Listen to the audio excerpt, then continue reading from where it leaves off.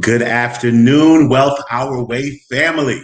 What is going on? It is your main man, Charles Tank Harris, the founder and chief visionary officer of the financial literacy platform Wealth Our Way, where our motto is wealth is not only for the wealthy. Welcome. Thank God it's Friday. Today is April 16th, 2021. I'm broadcasting live from GA, Georgia, down here in the dirty. Came down to see the children this week. So here doing my thing as usual. And I want to give a special shout out and thank you to everyone who is attending live in the studio audience as we broadcast off of StreamYard into Facebook and to YouTube live. And also want to give a special shout out to the Wealth Our Way fam that catches this pre-recorded overnight on the weekends, wherever they can sneak off and get 15 minutes of financial literacy squeezed into their day. So we are wrapping up a 3-part series on the sandwich generation. That's those of us somewhere between the ages of late 30s, mid 50s, who are responsible for not just taking care of ourselves, but we have the added obligation of taking care of both aging parents and children, whether those children are young and still in the crib, or if they are aging out and we're still responsible for them. You know, they say, my grandma used to tell me when I was younger, that an ounce of prevention beats a pound of cure.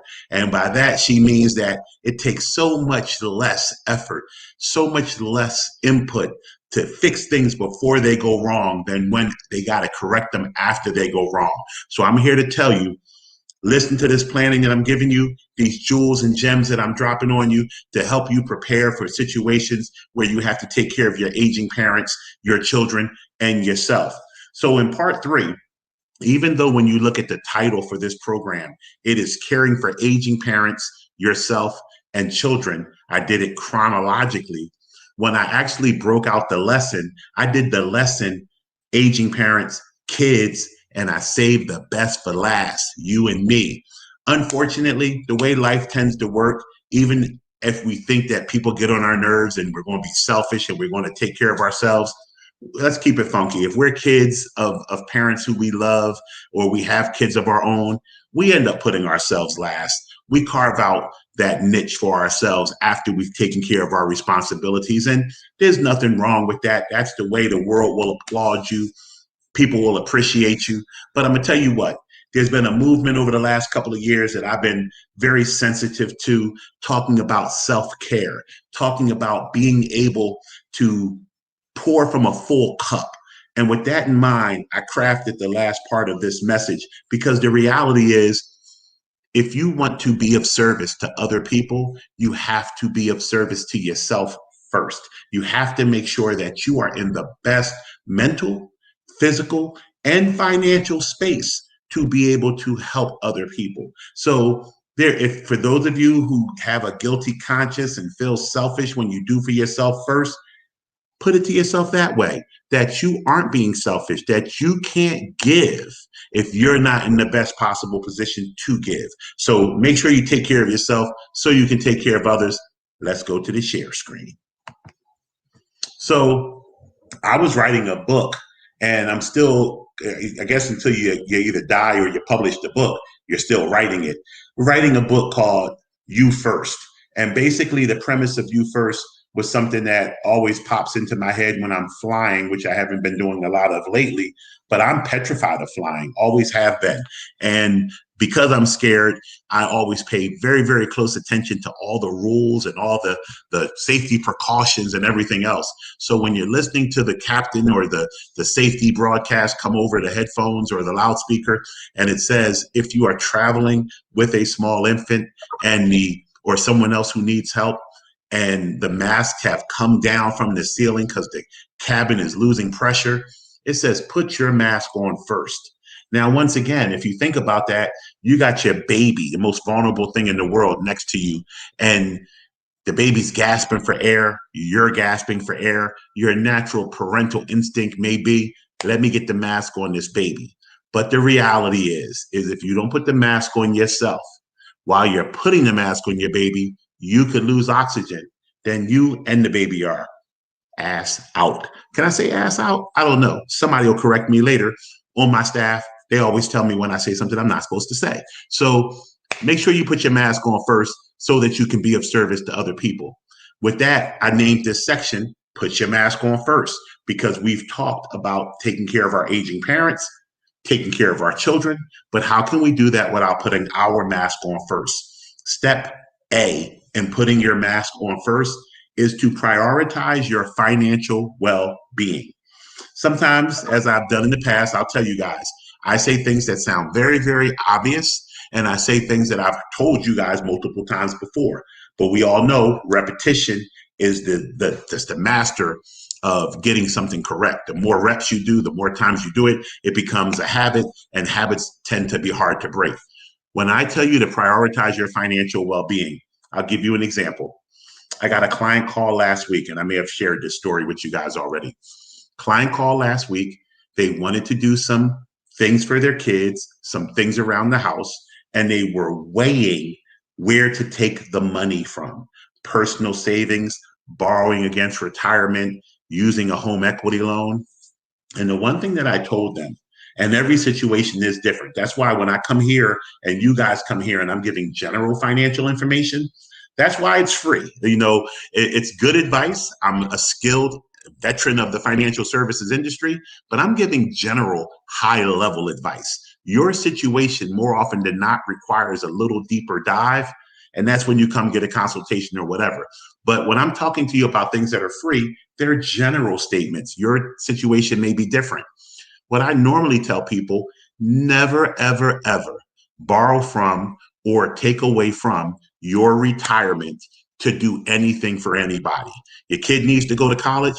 Don't go in that retirement account and give them college money. Grandma needs to go into an assisted living facility. Don't go into that retirement account and help grandma out. Why do I say that? Well, once again, we've talked about retirement planning, and I've told you guys, you are making plans for the 70, 80, 90-year-old version of yourself. Why do you think it is you got to help grandmom or mom out now? Because they didn't plan well. So if you put yourself in a position to plan well for yourself, you're not only putting yourself in a position to stay independent and take care of yourself, you're not going to become the same burden to your children that your parents may have just become to you. So I always tell people, prioritize your own financial well-being. Do not sacrifice.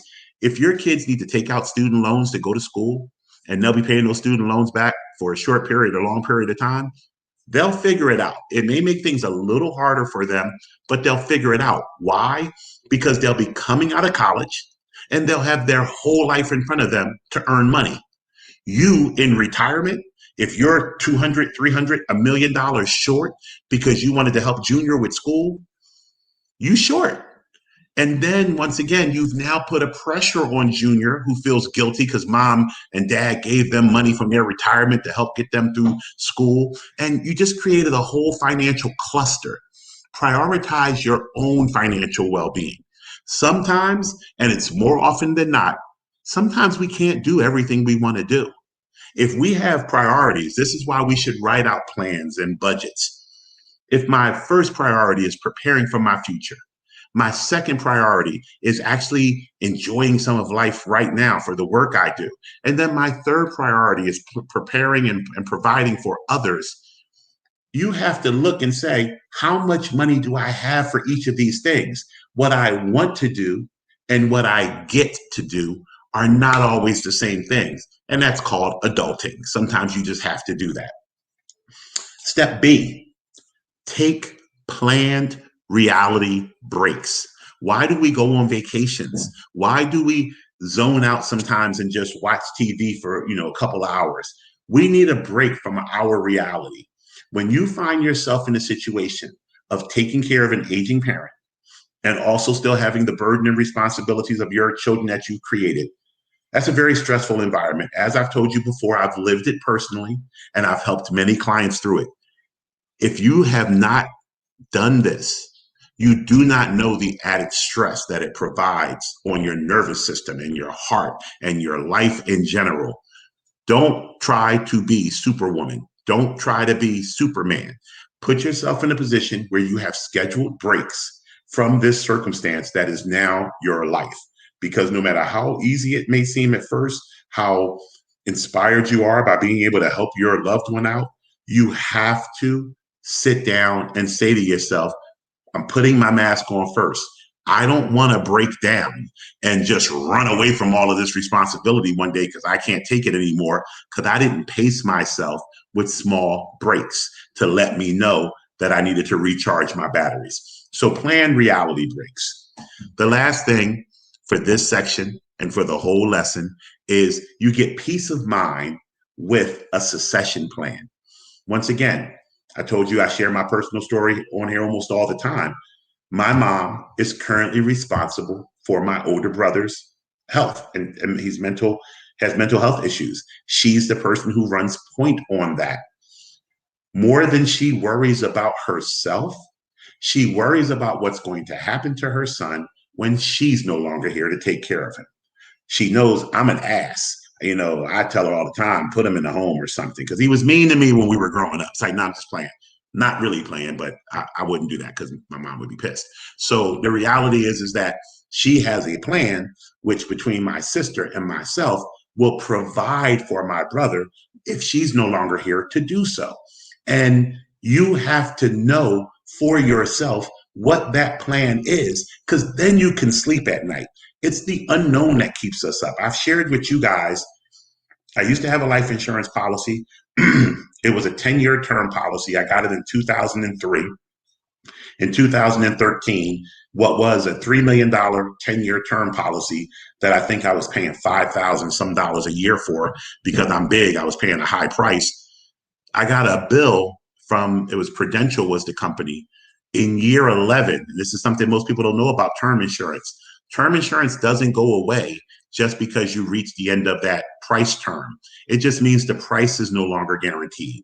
So I had a 10-year term policy where it was guaranteed to not cost me more than $5,400 a year. But when year 11 came, the price went up to 36 grand. I said, bye-bye. I'm not paying $36,000 for a year of insurance. So I haven't had a full-fledged life insurance policy since 2014. I've had some accidental death and dismemberment. I've had some work insurance, but I don't have the very thing that I want everybody to have. And for me, it's been a function of being too heavy. Now that I've lost this weight, I'm right on the cusp of being able to get a policy again that I want. I want a $5 million policy, make sure everybody's straight when I go to the upper room. So, the reality is that I haven't had the peace of mind that I wanted in case something happened to me. And now, grace of God, made it this far, I can put that in place now because that peace of mind is very important to me. You need to have the same type of peace of mind when it comes to taking care of your obligations, not just financially, not just having an insurance policy in place, but who is going to actually do what? I have seen more people argue, fight, and fall apart at death and sickness of a loved one. That you know who you are to your family. I always joke and say I'm the Olivia Pope of my family. Truthfully, I believe that's my little sister. But the reality is that I'm definitely one of the first phone calls that happens when something goes wrong in my family to fix it. If you know your pecking order in your family is quite high, that you're responsible when things go wrong, you better have a plan and action of what goes on when you can't do it. And make sure that it doesn't fall on someone who's not capable or someone who you don't want to see burdened that way.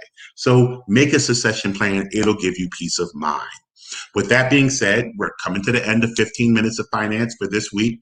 I want to remind you guys that I'm still in the running for Bank Greenwood. Please go to Instagram, Bank Greenwood, and watch the video. Make a quick comment, like. If it does, I'll get a chance to interview for the podcast with Hill Harper.